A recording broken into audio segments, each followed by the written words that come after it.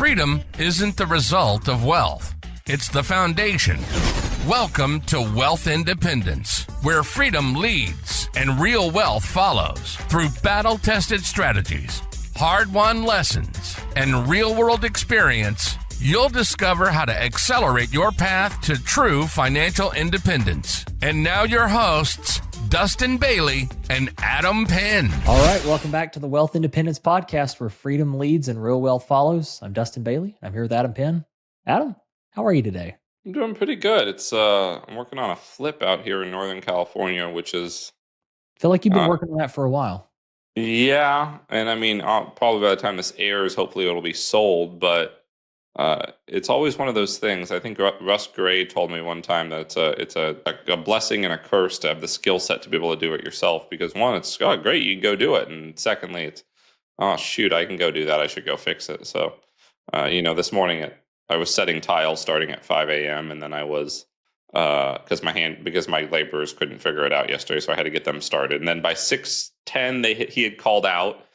And then by 7:20, when I was rushing off to a meeting at 7:30, I got a call from the garage door guy telling me that blocking for the header above the header is not good for the spring.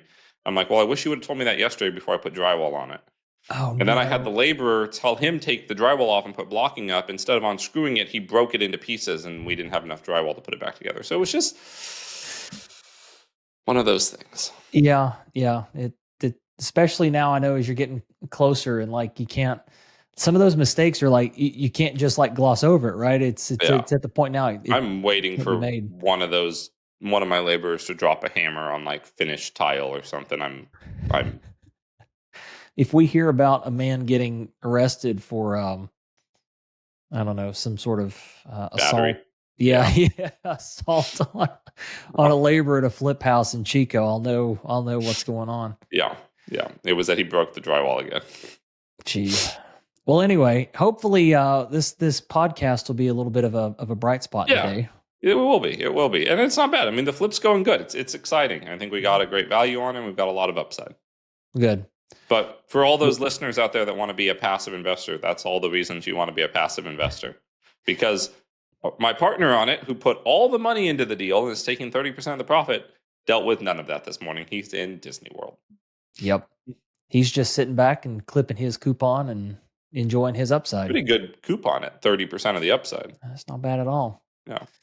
Anyway. Well, Adam, this is we got a guest today. A guest I'm excited about. And someone you've spent a little bit more time with than me, so tee us up here. Yeah, Ellis Hammond. He, probably more about his background than I do. Former syndicator, moved to Aspen Funds, who we've brought money to their deals. We've invested with them. We've brought money to their deals as a fund-to-funds offering. It's the credit fund we've talked about on this show before. And Ellis is their vice president of capital, I believe. Yep. He's one of the people that deals with the investors, right? He's investor relations essentially, and has a lot of that vision kind of pushing it forward. So I'm excited to kind of hear his thoughts about. I think he started in ministry work, so how some of his long-term vision and faith tied him into capital raising and what that looks like around investor relations. I think one of the questions I'm looking forward to asking is around the trust that you have to build with people from the religious side of things. And I'm not personally particularly religious, but there's a lot of faith there, right? And trust. And so then when you take that into an investor relation, some people would say that's even more trust and faith because you're handling people's money. So hearing some of his stories about that, hearing about how he builds relationships with investors and what investors should look for when they're trying to build relationships with long-term sponsors, I think will be really interesting. Yeah. I'm excited about it. He's got a really varied and interesting background and some interesting perspectives, and he's talked to a lot of passive investors. So I'm like you, I'm curious to hear those viewpoints. I think it'll be very relevant for our listeners who are passive investors. So awesome. Let's get Ellis onto the call here. Yeah, let's dive right into it. All right, Ellis, welcome to the show. Hey, thanks for having me on, Dustin. Yeah, man. I'm excited to kind of dive into interview here, Ellis. I've known you for a little while, and actually I think Dustin's known of you longer. I think maybe me and you met before, but he's listened to you for a little while and kind of followed your journey. So do you want to start this off by just telling our audience a little bit about yourself and kind of how we ended up here today? Yeah. So I serve as the Vice President of Capital of Aspen Funds, and we are a private alternative investment company that serves about 850 accredited investors and their families. And we, essentially allocate capital across, multiple asset classes, which seems all cool. It's great. Love this company. How we got here is kind of a wild journey. I mean, I actually started my career as a college pastor. So I just don't think we even have enough time to know how we got here. But I think being a missionary, a pastor, I say this a lot, actually. I guess I'm sure a lot of your listeners, or maybe they're familiar with the podcast Founders. That's a really awesome podcast show that tells the stories of entrepreneurs and business owners. And the more I listen to that show, and now I've been a business owner. I founded a few companies. We've exited a company. We've lost a company, like kind of all the ups and downs. I've been, now I serve as vice president of a larger company, but there's a lot in common with missionaries and entrepreneurs. And I feel like I've been a builder and a creator all my career. And that's what I came to Aspen to do, is, really take a company that's been in existence for over a decade and has done an amazing job of building a lot of trust with a smaller group of investors. We manage today about 250 to 300 million of equity, but we really like to grow that to about $1 billion of equity over the next few years. And so that's what I'm excited about doing. And if there's something that I am good at, would probably be kind of growing and promoting things. So that's what we're on a mission to do, is, really serve more accredited investors and their families here at Aspen. That's awesome. It seems like quite the journey, and maybe one of the things we can dive into. I mean, Dustin, did you have something you wanted to add on there? I just have a question, Ellis. You kind of referenced it there about the similarities between entrepreneurs and missionaries, and I'm just curious if you could elaborate a little bit more on that. I think that's a unique perspective. Well, I mean, they're both risk takers, right? They both want to create and start stuff. I mean, I think about what I did as a missionary at San Diego State University. I mean, I would walk into fraternity houses and no one would know me, and we would build things. We would figure out, how do we add value to this fraternity in such a way where they actually want to engage with us. I don't know if you ever walk into a fraternity at San Diego State, they're not like raising their hand to be part of a Bible study, right? And so it's one of those ways, if you come into a place and you say, well, how do I add value and how do I create value in such a way that actually generates demand? There's risk in that, right? I mean, we, as a missionary, like heck, I was just watching something from Steve Jobs, or even Jeff Bezos, I think, talks about this of, he's never really wanted to create a company that, where people came to work there because of the benefits, right? Meaning they came there because of the massage chairs and the food. And like, he wanted to create missionaries for his company, and, people who are really driven by a purpose and a mission. And, although the monetary value is important, it's not everything. And I think that's what a missionary is. Like, you don't get paid to be in fact, we had to go raise the money to go be a missionary, right? And so I think the same thing is true as an entrepreneur. You guys know this. I mean, most success stories of great business owners, like the more I listen to them, I'm like, you're pretty much signing up for 5 to 10 years of not getting paid to do what you love, And so, at least in the beginning, as you're starting stuff, to really build something amazing. And so I think there's so much, risk and value creation are probably two of the biggest ways that I see. And just purpose. You're kind of building for a bigger purpose would be the three things that I think correlate. One of the things you said there, and I maybe I would have gotten to the same question, Dustin, I'm not certain, is when you're going out as a missionary and you're talking to people, right, there's like a vision, right? And you're trying to get people to either have a similar vision or build their own vision of the future they want, the life they want to live, the things they believe in. And I think it's there, like you said, there's correlations with entrepreneurship, but I almost see correlations with investors, or a lot of people we talk to, especially if they've transitioned out of the W-2 world, realize that maybe they had this vision of being a super successful W-2, but they never thought of where they wanted to be after that. Or, there's a common saying that you climb the mountain and maybe you're on the wrong mountain and you should be on another one. So I don't know if there's any correlations you see there that you want to call out, or what do you, I guess really my question is, how do you help investors see the vision of where they want to be. Yeah, I'll just tell a quick story. You know, my dad was a small business owner. My mom and him were small business owners. My dad, probably started working when he was 14 or 15, 16 years old, and was always a small business owner. We owned Hammond Marine was the name of our marine business. And I say ours because even as a kid, I wasn't working, but I pretty much spent my whole childhood there. So I feel like I was part of it. And my dad worked so hard, and he retired at 40.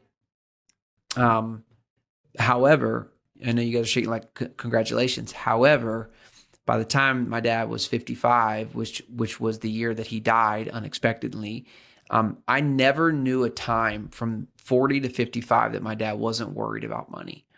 And it's because my dad was really good at making money, but he really had no framework for how to invest and multiply and earn money beyond his retirement years. And because of that, I saw a man who unfortunately just was kind of frazzled for what should have been, what we call the golden years of his life, right? Where he was, trying to spend more time with us, et cetera. But what I remember about my dad, there's a lot I remember about my dad. I'm not saying this is the only thing. I mean, we had a great relationship, and he was so supportive of all that we did. But one of the things that was glaring about my dad is that how much he worried about money and not having enough, and even being able to retire at 40. It just and so I think about why this role is so important for me, and what we do for families is we truly believe that investing, and there's numbers to this, and we could show you the data on this, that kind of no matter where you're at, your best earning years are actually in front of you, assuming you can find great products with strong return that have little to no volatility, meaning they're not correlated to the stock market and the ups and downs. They're uncorrelated for one another. And so if you can create, you can create steadiness and, strength in your portfolio without volatility, you can multiply wealth. Like, it's not that complicated. But to y'all, why you guys do this episode, you have to have access to this stuff. I guarantee you're not getting this stuff, in the public markets. You're not getting this from your financial advisor. If you go to your financial advisor and say, hey, I've learned from the podcast today that volatility kills my portfolio. What should I do? You're going to be putting something like it. So the trade-off is, okay, we'll go into treasuries or go into, conservative mutual bonds or something, right? Mutual funds that are earning you 4 to 5%. Okay, great. You eliminate volatility, but you also remove multiplication, yeah. Right? And so you have to have both. You have to have strong returns and low volatility. Right? And you're still correlated. Yes, and you're still correlated, aspect. Right? And so I think this is one of the reasons why I've, as a pastor, missionary at heart, like, I want to be on purpose. And I really do think, like, all of us here on this call, is that's really what we're doing. Like, we're helping people be better financial stewards of their money, so that they can have a bigger impact on this world. And I would say that's most of the clients that we work with, right? Like, if we get on the phone with someone and they're like, a completely selfish, arrogant person, and the likelihood of us working with them is 0 to none, because no one wants to deal with that person, And so, I mean, we, even with 850 investors, it's very, very rare, maybe 1 out of 50 times that someone invests with us without having a conversation, right? So that means every person that invests with Aspen, one of us on our team has a conversation. And so it's very personal matter. And I think that's important to what we do. I think that builds a lot of the trust that lets you guys internally multiply, and then that helps clients, right? Because when you have that trust-based relationship and you do good deals, you're able to grow that network, one, not only through referrals, but repeat business to a certain extent. Do you find that, and I've worked with a lot of investors, we've had deals go bad. You mentioned earlier you had one company that was lost, and I don't think there's anyone out there that hasn't had a bad company or a bad deal. I mean, even talking to the owner of Aspen, Bob, right? I mean, they've got their stories of losing everything publicly. And I guess my question here is, from the side of reinvesting and growing that relationship, right? That's also part of the vision and part of just the nature of growing that relationship. What do you find to be most important? And maybe take this from a investor standpoint.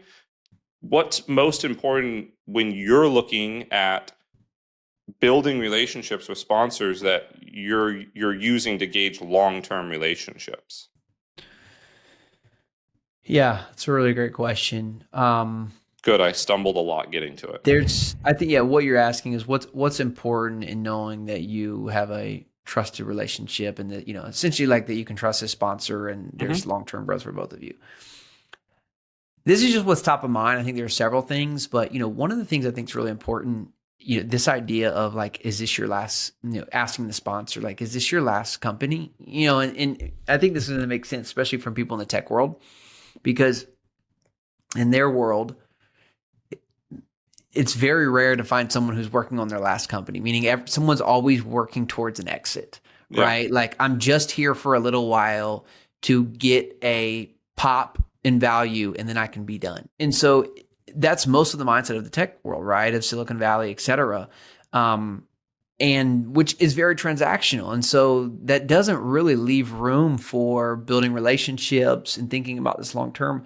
I would say in this space, it's very different, where Aspen Funds is not really built to exit, right? Like, we're built to build generationally. I mean, Ben, one of our managing partners, is second generation partner here.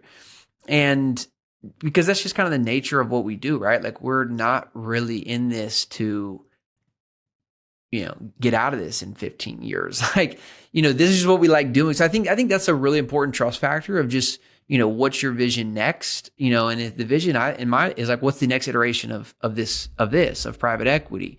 I think is really, really important in this space. And especially if you're going to be investing in long-term assets, to know that you're investing with a sponsor has a long, hey, like, this is what I'm going to be doing in 20 years. You know what I mean? Like, I'm going to be doing this, they love this enough. And you guys know this, you have to, because not every, there's cycles in this business too. So it's not all rosy. And so I think that's a big one, is understanding that you're working with someone who really sees this as their last career, is a huge one.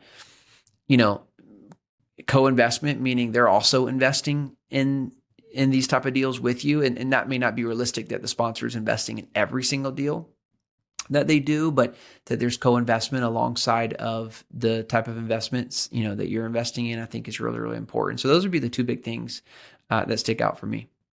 I think something you said there is interesting to me, in that you say, the sponsor needs to be doing this, be wanting to do this for a long time, because as you go into cycles and you're looking at a deal, over the last 5 years, it's been very common that a lot of sponsors would come in, have a value add play, bridge debt, and exit in 3 years.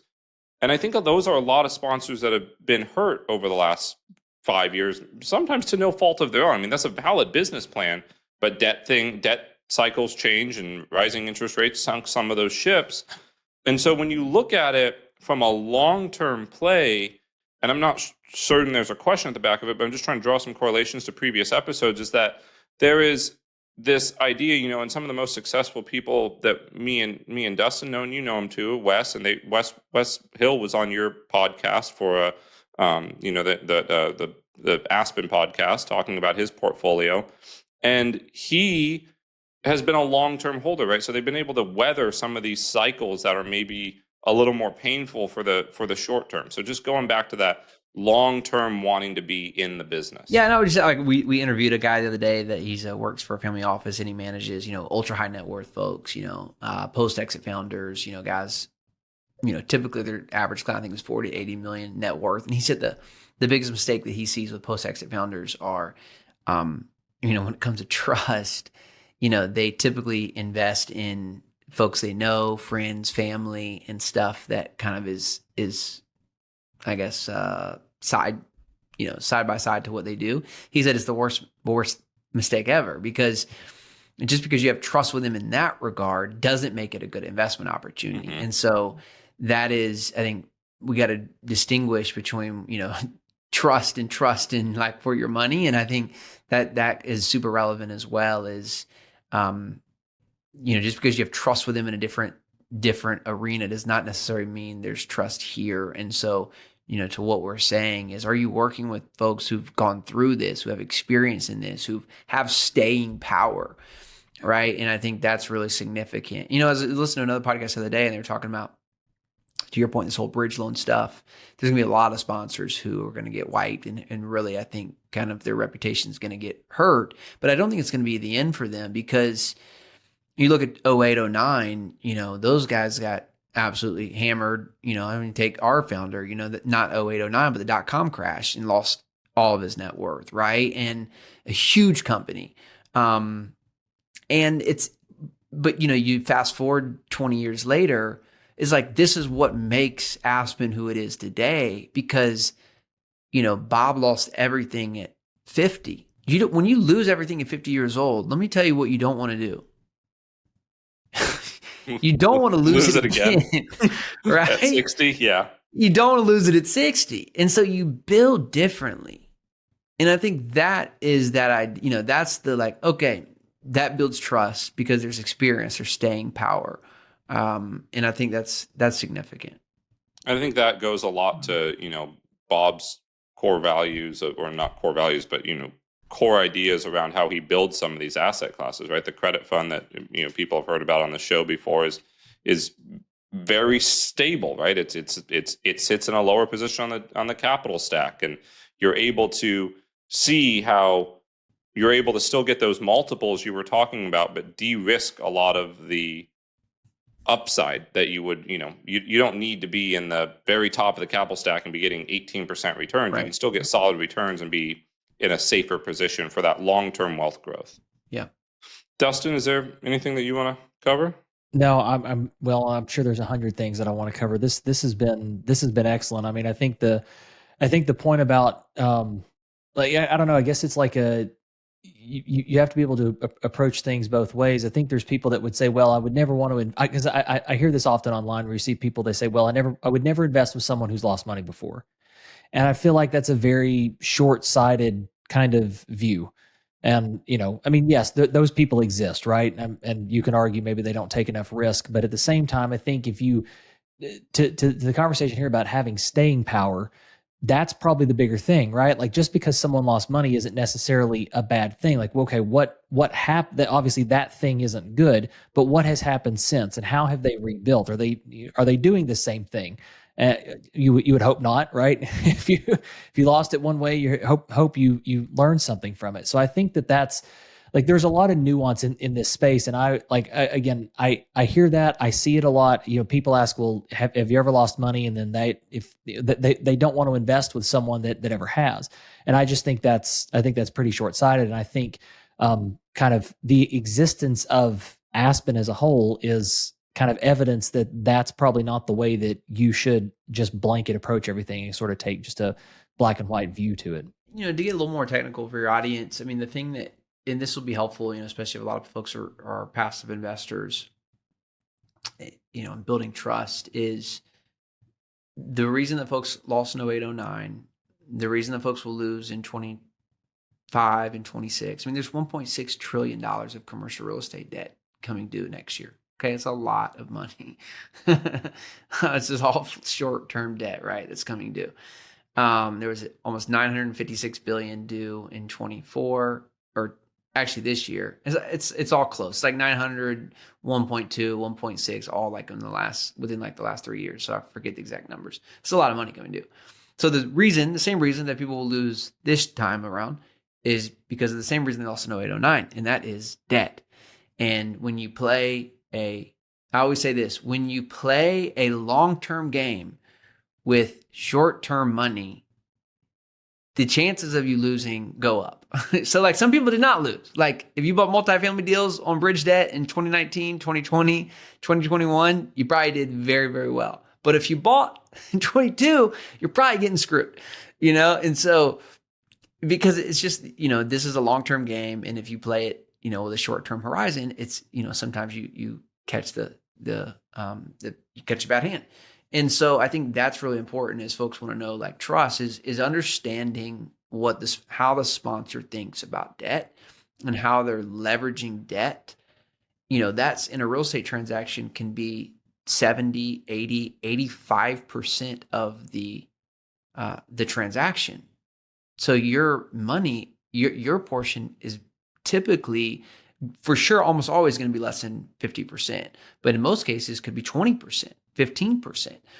And so, that, I think, understanding how a sponsor thinks about debt and their risk of debt and their understanding of debt, and, have they lost in debt, like, that's a technical piece that I think most people, again, I know most retail investors don't understand it, because out of the 1,000 LP conversations I've ever had, almost nobody asks me about how we think about debt, right? And so, but I know how important this piece is because we live this business. We've got burned on debt, right? In cases. And so I think if you really want to kind of understand what a practical side of this is when it comes to building trust with the sponsors, ask them how they're leveraging debt, what their debt stack is and how they're thinking about that in different cycles and how as rates go up. So I think that's an important piece. I've got one kind of final question here, and I think Dustin has one.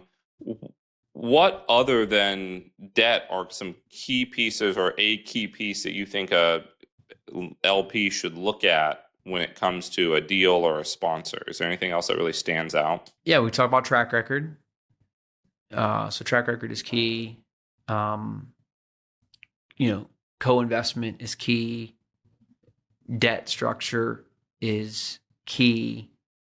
I think legacy planning is key, meaning like if it's a single owner, what does that mean, right? I've seen a lot of guys get into risky stuff and it was one guy and one owner and now he's gone, right? But he still has all these LPs.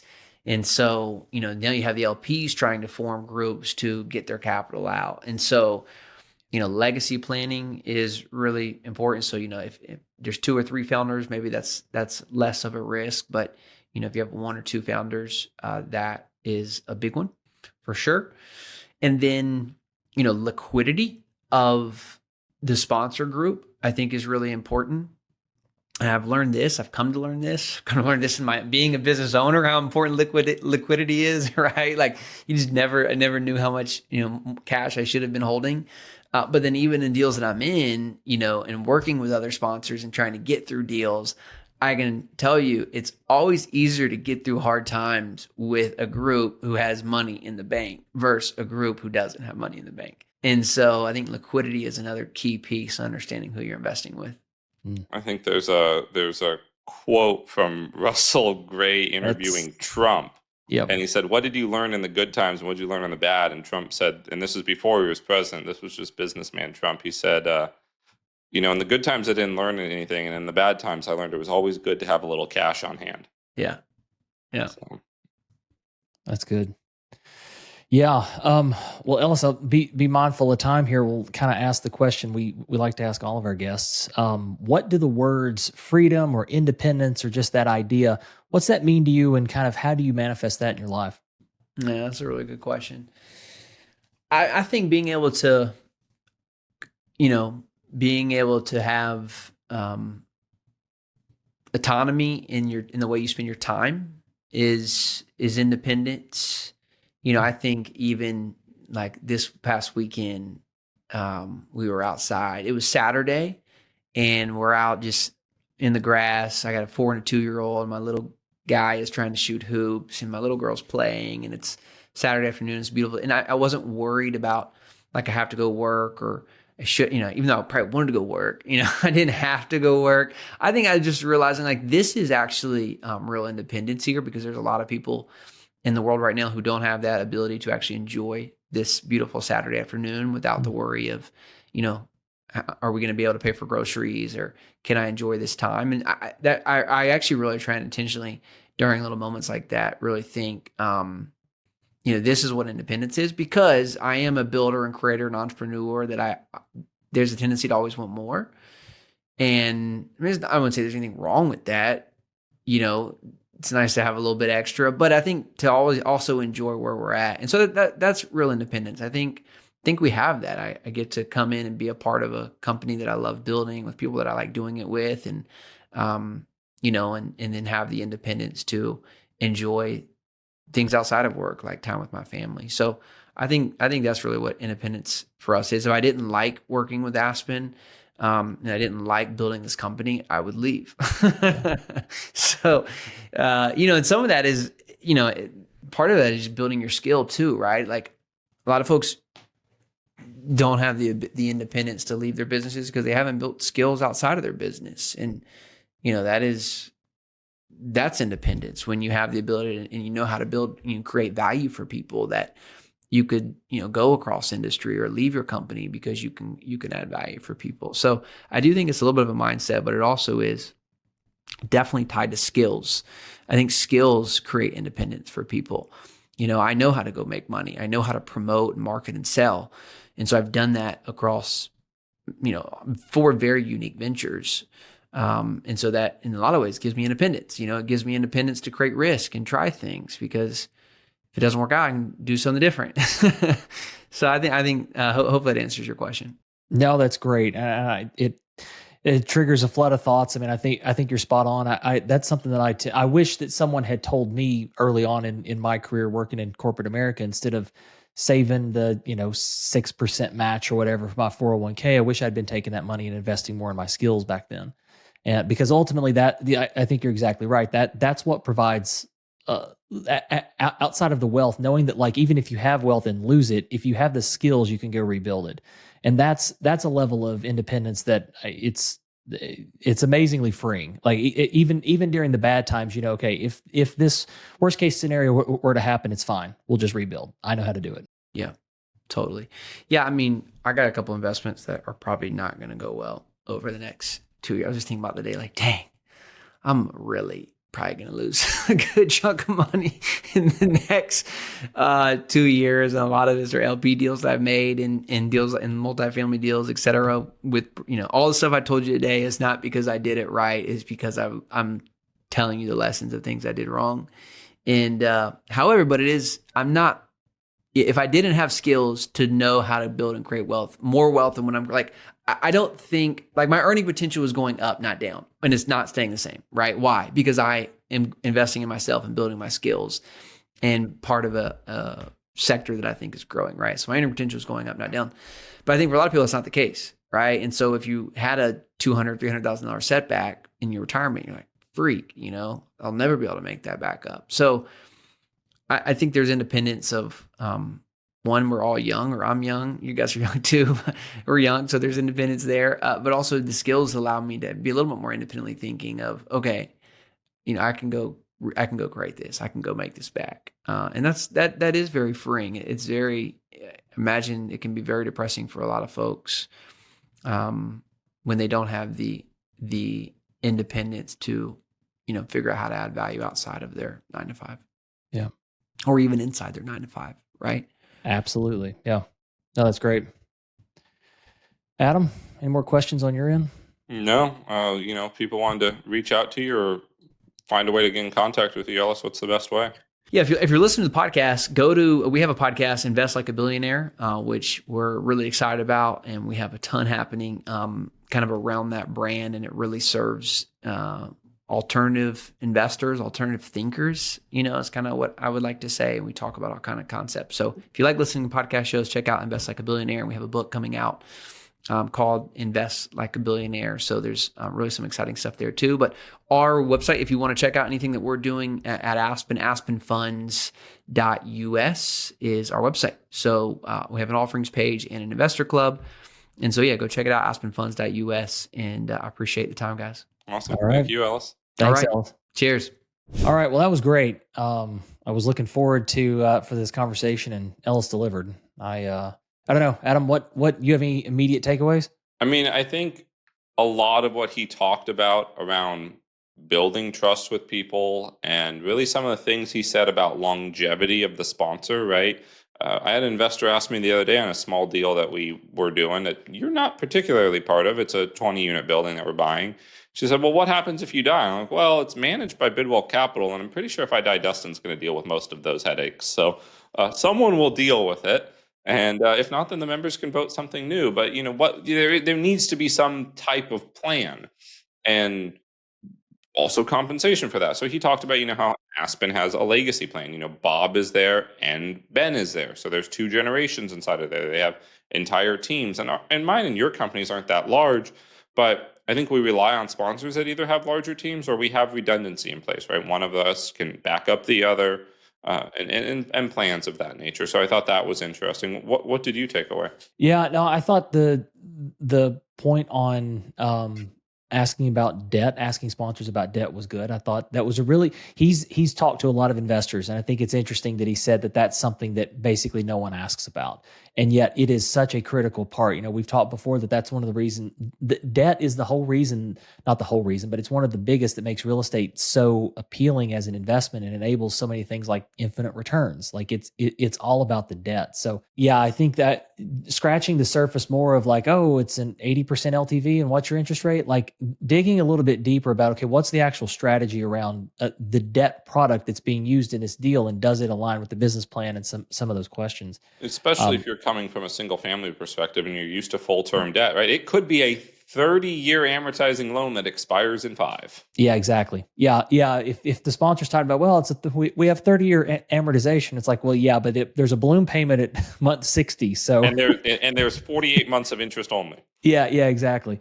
So I thought that was good. And then just generically, I mentioned this, when we were talking to him, but his comments about investing in your skill set is something that I think really resonates with me, because looking back, it's something I wish I would have done more of. I wish someone would have told me that. Again, I think I got this idea, or originally heard it from Alex Hormozy, but I forget, he has some name for it, but basically it's the idea of, instead of investing in your 401k, you set aside that money and invest in your skills, because really you're going to get the absolute highest return in your life doing that. And so, to Ellis's point about knowing how to make money, build businesses, I think that obviously enables a lot of freedom. It enables a lot of flexibility, but it doesn't have to be, investing in your skills does not have to be learning how to be an entrepreneur or build a business, but maybe learning how to be a better investor, how to find different types of deals, how to analyze deals better.